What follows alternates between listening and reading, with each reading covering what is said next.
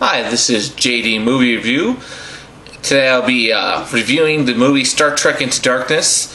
I know that most of you probably have already gotten a chance to see the film.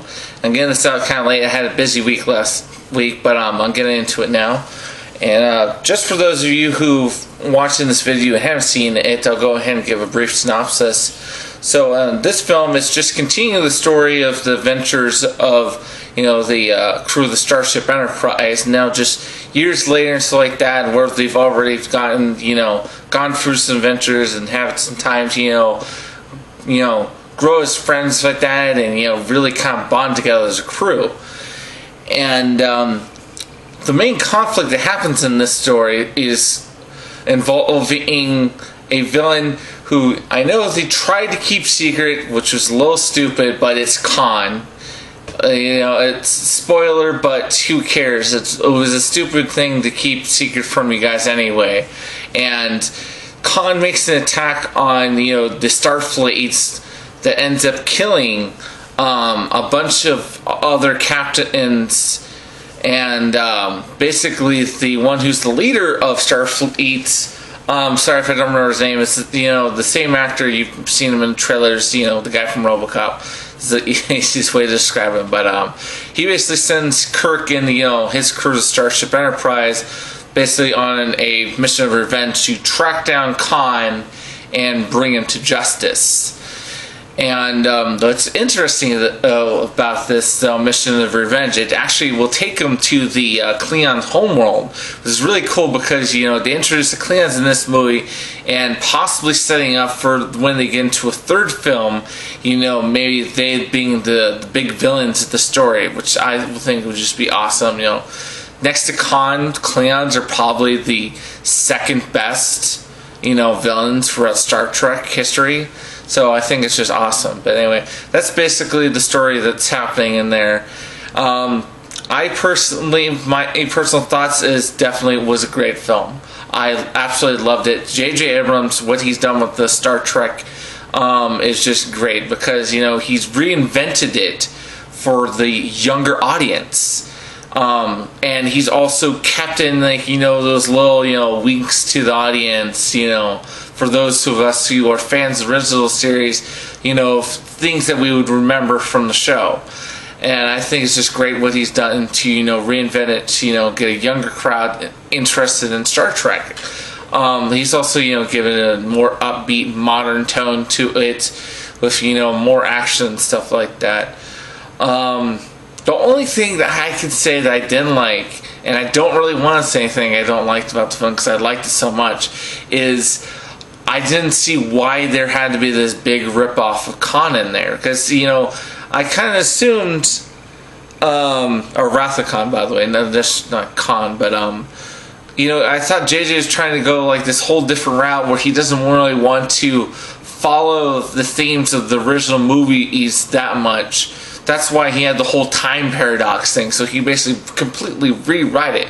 And it's different, but it's still almost the same as Wrath of Khan, in a lot of ways. He has a lot of things that he borrows from that movie, and I wish that he would have, he still could have used Khan, but just didn't have to do a lot of the same stuff. He could have just completely gone a whole nother route with the film, but still use Khan. I just don't know why he threw in all this stuff that was just blatant ripoff of Wrath of Khan. Really, other than that, there's nothing I could say I didn't like about the movie. It was an awesome movie. I love the whole plot to the film. It was great, and if you haven't seen it, please go watch it and tell me what you think in the comments or something like that. But yeah, definitely go see it. And I will go ahead and make time for a little bit of movie news in here. Did recently hear a kind of interesting story about the upcoming, what is it? We have X-Men, Days of Future Past, and then the Avengers 2 film that's coming out.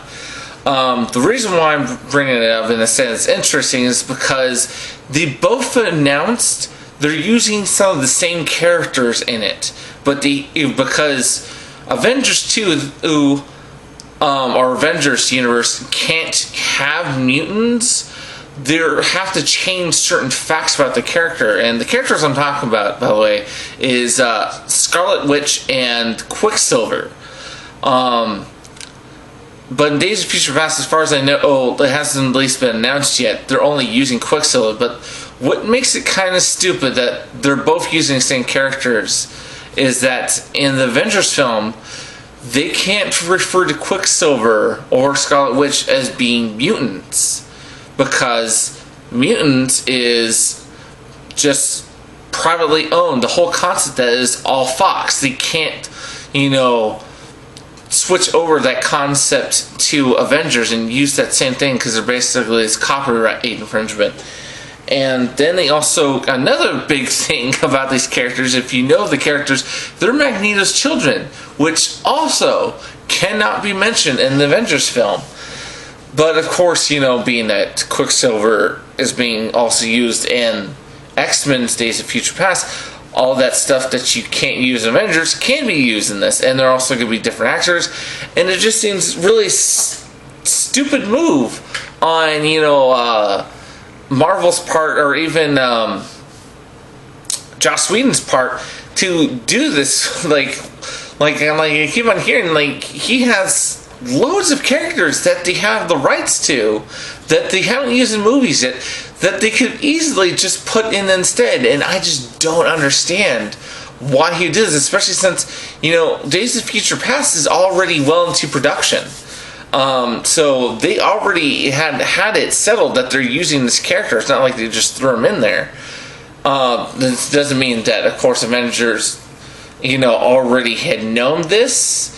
But still, after even hearing this news, I'm hoping that, Joss Whedon is going to change his mind and use something else. Or I did have an idea that I would share with you. I have seen, in an earlier, 90s Avengers show, that they had Scarlet Witch, and it was just Scarlet Witch. They didn't have her brother in there, and they used her, and they just make it that she's some sort of sorceress and so like that, and they can cut out the mutant stuff of her past and her ties to being Magneto's child. That I think could work if they switch it.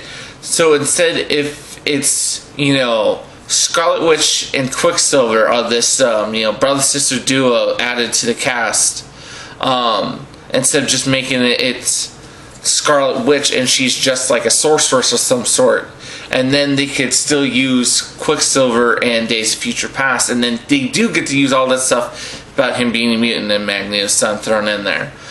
But yeah, I'd much rather they just cut out those characters entirely from Avengers. Also, because the whole cast is already pretty overloaded, as well as Days of Future Past. Because they're bringing back both the original X-Men and then the first class X-Men into this film. Both of them are just completely just overloaded with cast members. I don't think they really need anything, but I think it'd be working out for them better if Marvel's 2 or Avengers 2 just lets go of the Scarlet Witch and Quicksilver idea entirely. But that's gonna be all for today, and it's probably going to be a while before I make another one, because I'm actually mostly just waiting for Man of Steel to come out next. I could throw in some other videos, non-movie review related, that I'm working on, but as movie reviews, this is probably it for a while now. So, signing off, and you guys have a great day.